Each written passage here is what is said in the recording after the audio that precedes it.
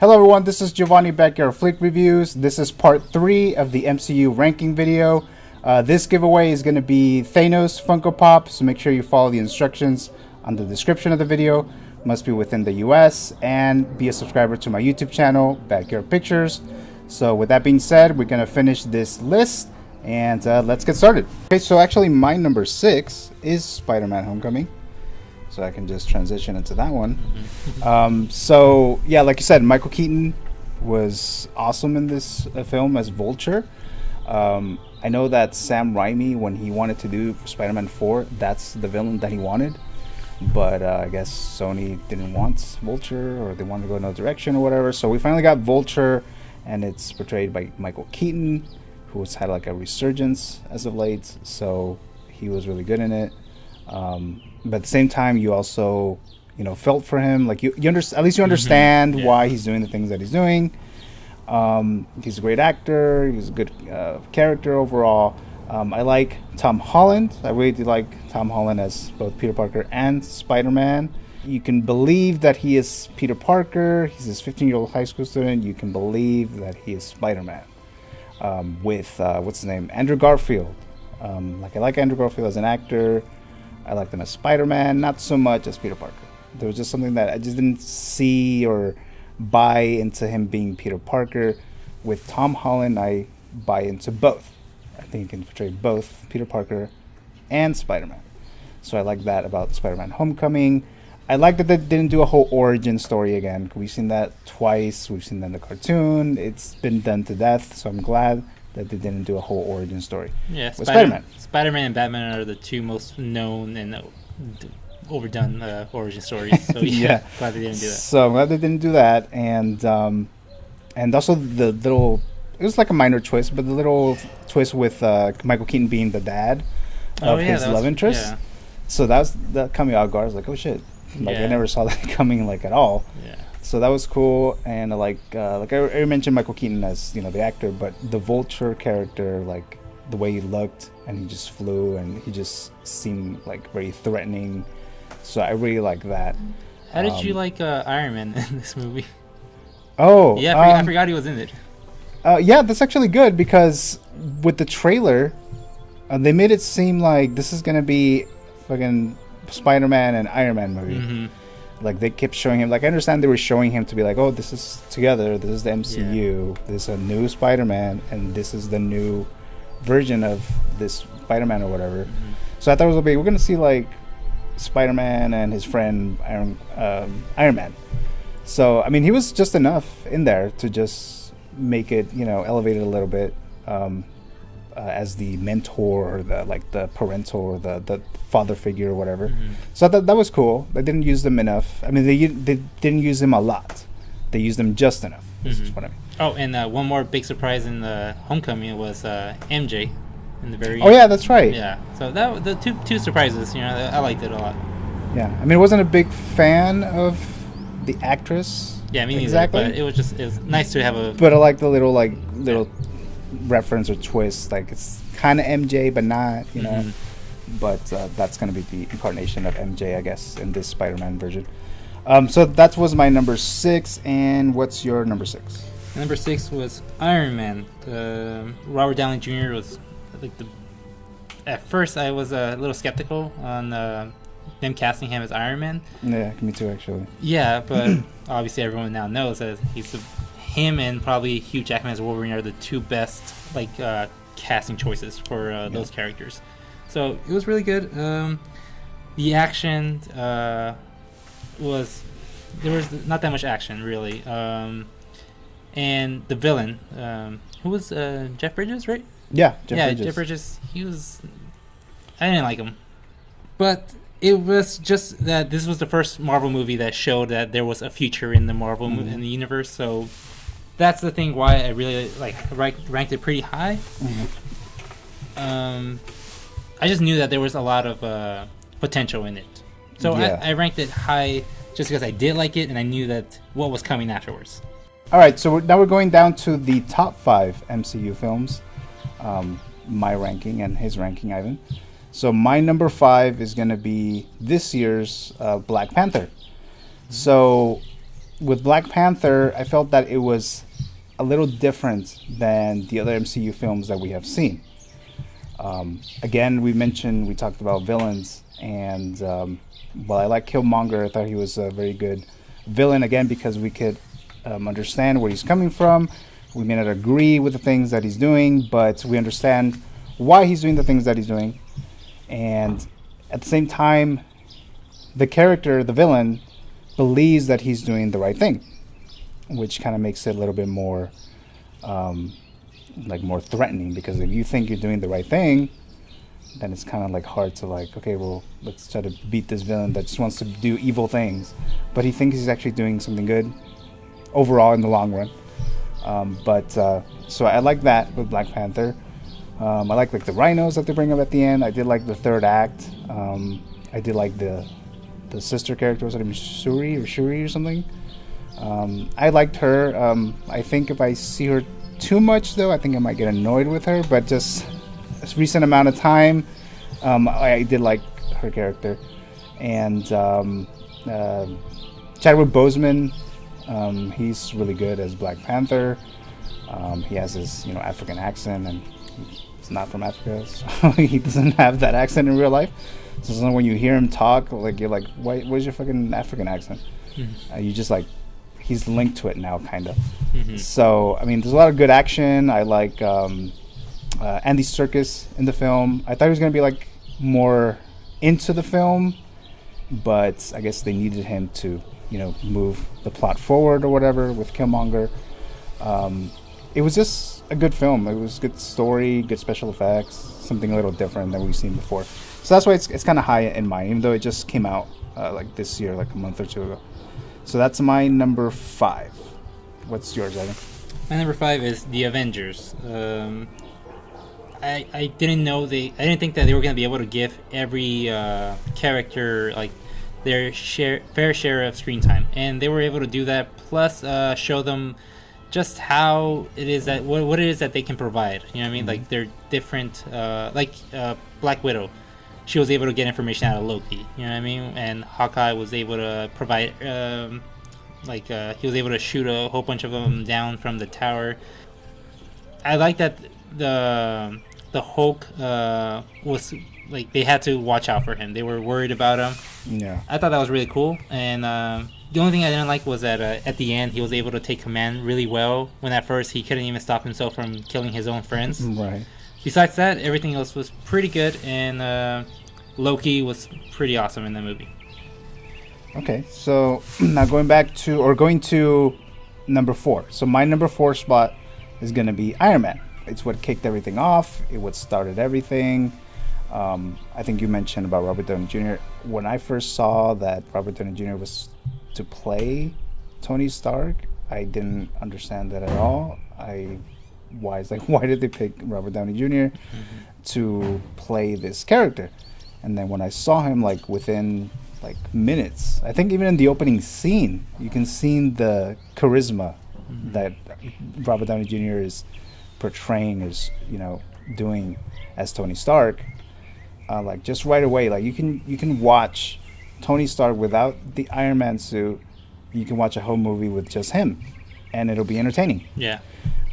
It's just elevates it a lot more that he's also Iron Man, and he also has this cool suit, has all these amazing abilities from that suit, and he's rich, and he's able to do all these things, and he's just a cool character. And that's the first time we see him, and that's why we liked Iron Man. I didn't dislike Jeff Bridges. I kind of like Jeff Bridges as performance anyway in this movie.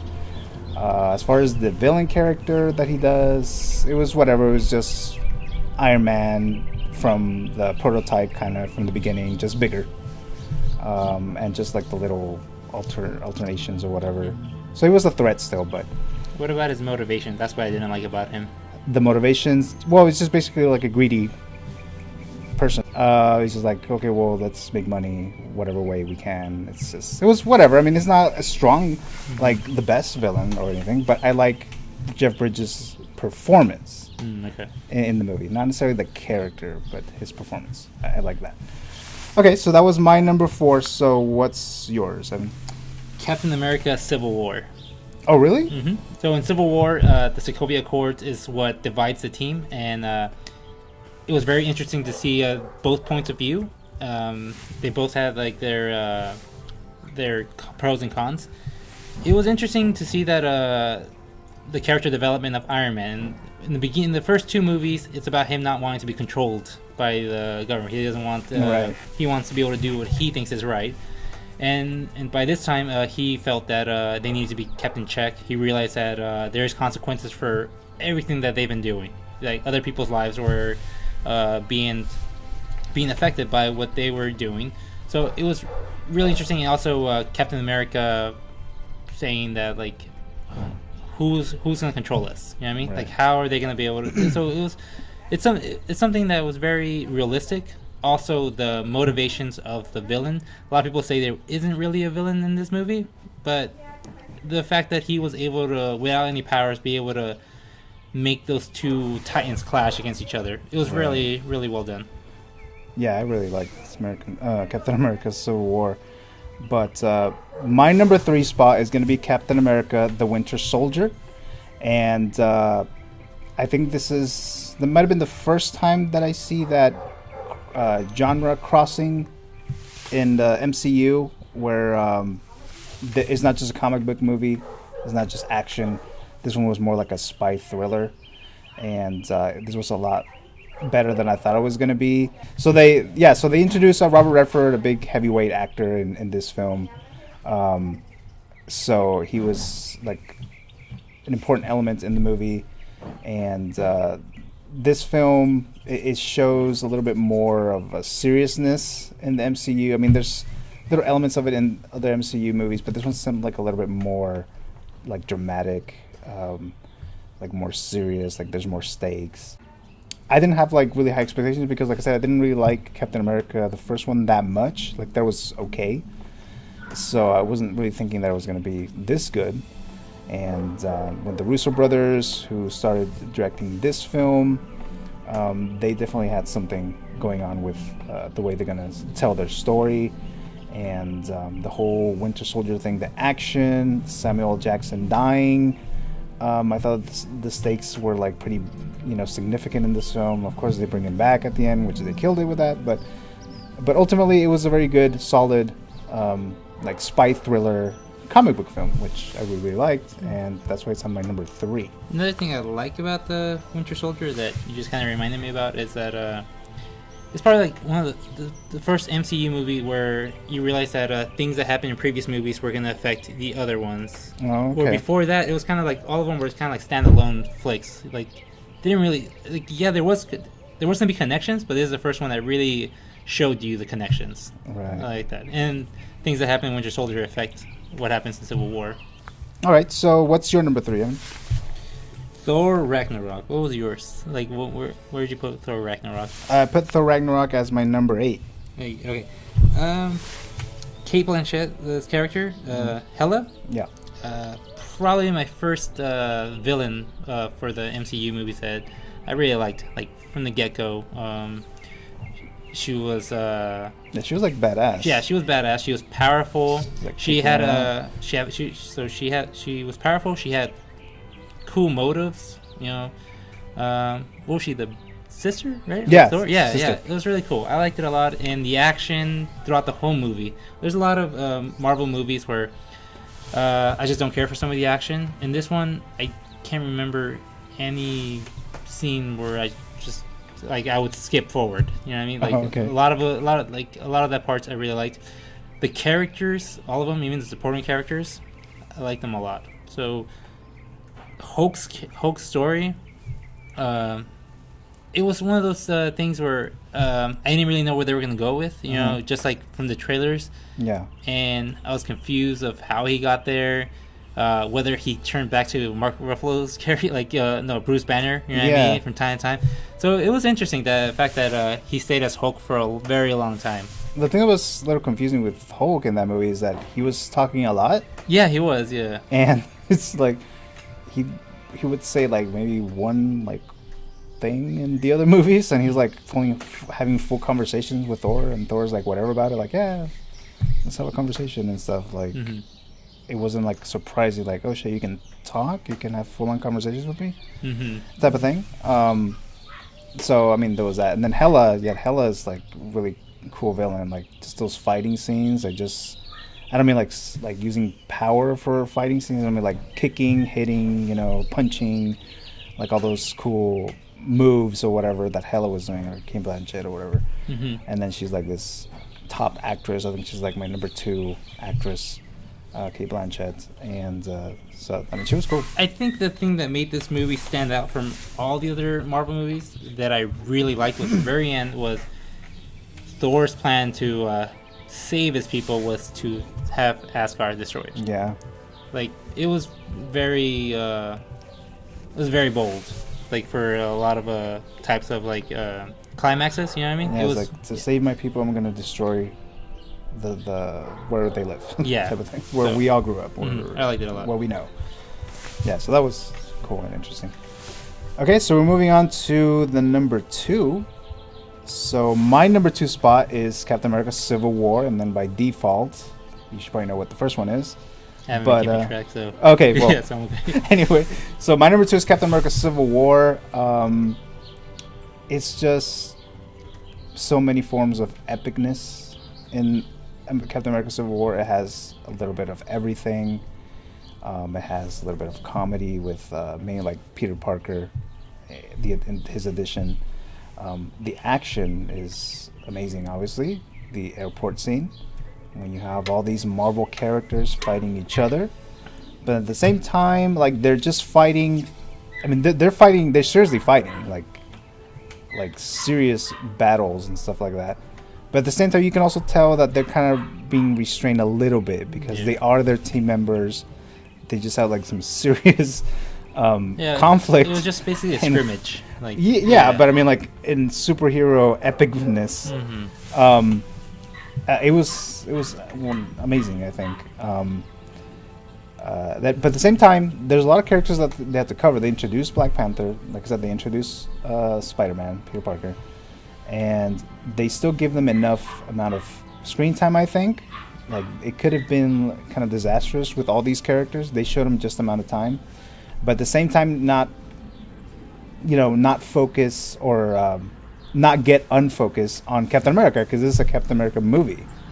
So it's not just Avengers where all the characters are supposed to be there, but this is a Captain America film, and they were still able to, the Russo brothers were able to direct this movie again and focus on Captain America. At first, I was on Iron Man's team, like before I saw the movie, but right away I got on board with Captain America. So it was just a great film. Yeah, they did a good job balancing, because this could have easily been called Avengers 3, but they were able to keep it on Captain America's motives and his friend. So yeah, that was cool. And then they introduced Black Panther. Black Panther was really cool in this movie. Like it was a good way how to introduce him to the MCU. Like that was a really good idea to do it like that. What's your number 2, Evan? Number 2 is Guardians of the Galaxy. I know that a lot of people think that like I'm giving it way too much like praise, but this movie I followed it from like the moment they announced it. I thought it like even on like websites that are all about comic books, they were thinking that it was really weird that they were going with a Guardians of the Galaxy movie, because they didn't think that people would like it. And also, I'm a little biased because my favorite animals are raccoons. Oh, so okay. when I never knew that. Yeah, my favorite animals are raccoons. So genetically enhanced raccoon with Groot. You know what I mean? I thought it was so cool. Big fan of Rocket Raccoon. It's also the only Marvel movie that I've seen twice in the movie theater. It was a repeat for me. So no other Marvel movie has done that. Even Civil War, which I really liked, Thor Ragnarok, I really liked those 2 movies. But it's the only one that I really wanted to see. And as soon as it came out on Blu-ray, I wanted to get it. Like, I just really, really liked that movie. Oh wow! So I learned a lot in your response right now. All right, so we got to the number one spot, and my number one MCU film is going to be Marvel's The Avengers. This is the first time that we see all of these comic book characters together. A lot of people throughout the years and decades reading comic books would want to one day see a film that has all the characters together in one film, and this is the first time that we see something like that. At least that's the one that I could recall. And we get to see Iron Man, Thor, Captain America, Hulk, Black Widow. We get all those characters in one film. We got Loki as the main villain. And again, we already established that Loki was a good character, a likable character, a good villain overall. So I did like the fact that they used Loki as the very first Avengers film. It was a lot humorous than I thought it was going to be. That's the first time I think that I could recall that has like more comical elements in a MCU film or a comic book film just overall. So that's why I really enjoyed The Avengers. Like I mentioned before about epicness, this is definitely the first time that we see some really good epic battles with comic book characters, and it was just an overall great film. I had a lot of fun with it. It's very entertaining. The dialogue is good. I mean, there's not really much else for me to say because, I mean, I already talked about all these other MCU films, but this is the one that just really stood out to me the most. This is the one that I would watch multiple times easily. So that's why I picked that as my number one. But Ivan, what comes down to being your number one spot? Black Panther. Holy shit. Because even with, like, I waited 2 weeks to see that movie, and even with all the hype, like, a lot of people were telling me that it was their favorite MCU movie. Mm-hmm. It was not overhyped for me. Like, there were so many things that were surprising to me, like the emotion, you know what I mean? It was really well done. The parts where he goes to talk to his ancestors, like, was full of heart. Every scene with the ancestors, with both Black Panther and Killmonger, like, it was very effective. You can see their motives, and also what it is they feared, and what it is that they're fighting for. Killmonger was such a cool villain for me. He had a lot of skills. Mm-hmm. He was tough, and I don't know, even his dialogue, even when he was just in the museum, he was pretty cool. In the whole movie, I liked everything. The action, the characters. Forrest Whitaker was really cool. I really liked that the movie started out in 1992 Oakland. I didn't know what they were doing at that, like, in 1992 and in Oakland, and it's so cool that it was even brought back later on. Killmonger was that's where it all started for him, wanting to be part of that home, and also sharing that Wakanda's resources, technology for the whole world, because he was saying those 2 billion African Americans that are being oppressed. Right. So really good motive. There's only 2 things I didn't like about that movie, and I just saw that movie yesterday. Mm-hmm. Was one, I think Martin Freeman's character should have died when he was controlling that ship. Mm-hmm. That would have been a cool way for him to die, to have a character die in this movie in the climax. And the other thing was Killmonger's scene where he ordered that they burned all those flowers. Oh yeah. Yeah, and he choked that lady. Like, I liked him, like, that his motives, like you just didn't agree with him. You know what I mean? Right. But I don't think he needed to be like evil in order for us to feel like, oh, he needs to get taken down. You know what I mean? Like, I just wanted him to. I liked him, so that part I did not like him in that scene. So besides that, I felt like there's a lot of parts of the movie where I felt like deep emotions. You know what I mean? Like when he's talking to his father, when Killmonger's talking to his father, Killmonger's dad, when he was talking to his brother about, like, that they shouldn't be just hiding away, they should be helping. It was really interesting. A lot of points of view that I agree with, and it was a really good movie. And as soon as the movie was over, like I just knew that to me that was my number one movie. Oh, well, yeah, I'm kind of surprised that it was your number one movie. But yeah, so mine was, like I said, The Avengers, and Ivan's number one is Black Panther. So that concludes our list for MCU films, 18 to number one. Again, the giveaway for this one is the Thanos Funko Pop, so make sure you subscribe to that and follow the instructions.